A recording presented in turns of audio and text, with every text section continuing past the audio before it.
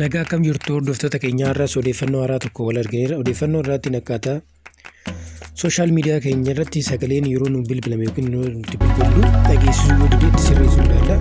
Fakkeenyaaf teelegiraamii, iimoo, waatsaappii, miisenjarii kun yoo sagalee keessaa nu dhagamudde rakkoo sana furuudhaaf akkaataa itti siitingii aappii sanaa sirreessuudhaan sagaleen keenya akka dhagamu taasisuu dandeenyu ilaalla. Fakkeenyaaf appilikeeshiniiwwan kanneen teelegiraamii, iimoo fi waatsaappii yoo fudhanne akkaataa itti sirreessinu ilaalla. Fakkeenyaaf teelegiraam irratti haa ilaallu.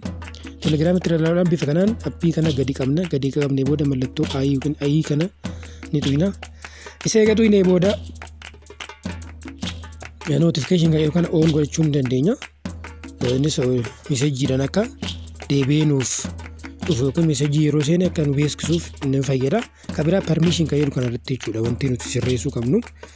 Isarratti maal jenna bifa kanaan kan allowed jedhe kana keessa ta'uu qabaachuu maaltu maayikiroofooniin noot allowed jedhe jira waan ta'eef allowed gochuu qabna yookaan asirratti ayyamu qabna yeroo kamii allow while using this the app kan jedhu kanarratti okay goonachuu kana booda sagaleen teelegiraamii kanaan ni dhagama.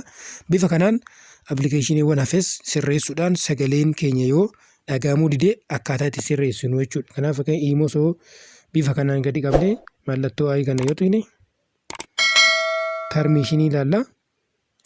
Permishinii keessatti maayikiroofooniin allowed hin taane taanaan allow gochuu qabna jechuudha. Kanaaf bifa kanaan sagaleen keenya akka dhageessisuu ni taasisna jechuudha.